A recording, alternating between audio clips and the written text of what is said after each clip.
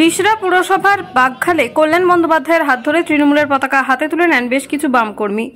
এরপর রিষড়া বাগখাল থেকে বেশ কিছু ওয়ার্ড ঘুরে বিধানচন্দ্র কলেজ পর্যন্ত বিকালের প্রচার করেন শ্রীরামপুরের তৃণমূল প্রার্থী। এই দিন তার মিছিলে পা মেলান পরিবহন মন্ত্রী স্নেহাশিস চক্রবর্তী, শ্রীরামপুরের বিধায়ক সুদীপ্ত রায়, রিষড়া পুরপ্রধান বিজয় সাগর মিশ্র ও দলীয় কর্মীরা।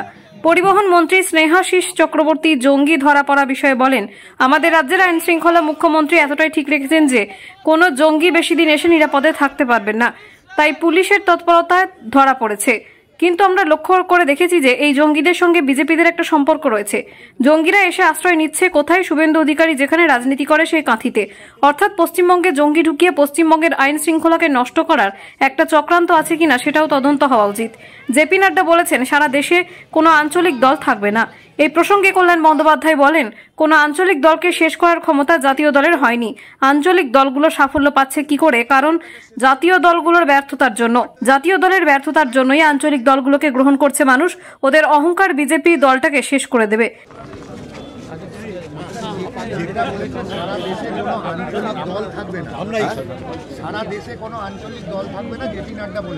ওদের অহংকার, ওদের এই বোধ ওই বিজেপি দলটাকে শেষ করবে। জেপি নাড্ডা পর্যন্ত গাড্ডায় পড়ে যাবে। রিজনাল দলকে শেষ করার ক্ষমতা কোনোদিন কারো হয়নি। জেপি নাড্ডা তো বাচ্চা ছেলে, জেপি নাড্ডা থেকে মন্ত্রিত্ব ফন্ত্রিত্ব দেয়নি, তো তাই জন্য এইসব গরম গরম কথা বলতে আরম্ভ করেছে। মানে পুরো বিজেপি পার্টিটাকে ও শুইয়ে দিয়েছে জেপি নাড্ডা। সারা দেশে দেখতে পাই পশ্চিমবাংলায় কোনো সংগঠন আছে নাকি? শুধু তো মোদির নাম করে জেপি নাড্ডা চলে। জেপি নাড্ডার কিছু ক্ষমতা আছে নাকি? ওই ওদের অহংকার বোধ, গর্ব ওদেরকে সব শেষ করে দেবে। অত্যন্ত অ্যারোগেন্সি হয়েছে, অ্যারোগেন্সটা চূড়ান্ত জায়গায়। কোনো রিজনাল পার্টিকে শেষ করার ক্ষমতা কোনো ন্যাশনাল পার্টির হয়নি।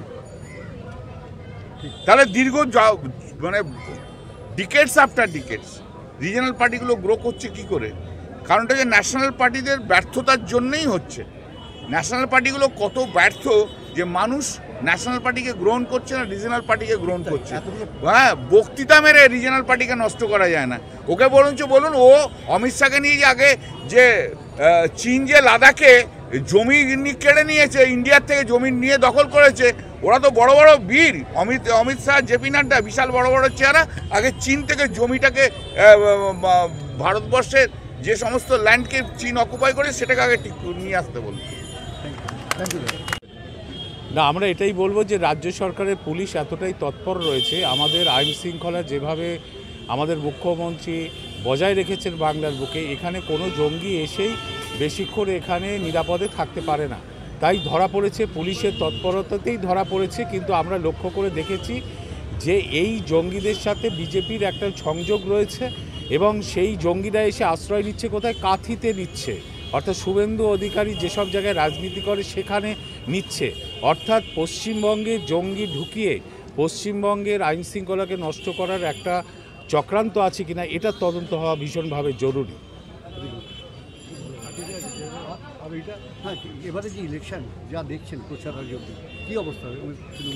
এবারের ইলেকশনে এমনি নরেন্দ্র মোদী সংখ্যাগরিষ্ঠতা পাবে না, বিজেপি সর্বভারতীয় ক্ষেত্রে সংখ্যাগরিষ্ঠতা পাবে না।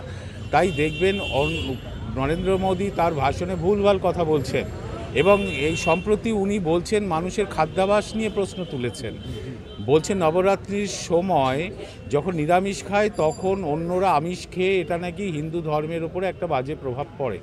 অর্থাৎ নরেন্দ্র মোদী মানুষের কি খাবে, কি পড়বে, কোন সংগঠন করবে, এটা সব বিজেপি আগামী দিনে ঠিক করে দিতে চায়। অর্থাৎ একটা একদলীয় শাসন ব্যবস্থা তৈরি করতে চায়। তাই নাড্ডা আঞ্চলিক দলগুলোকে তুলে দেওয়ার কথা বলে।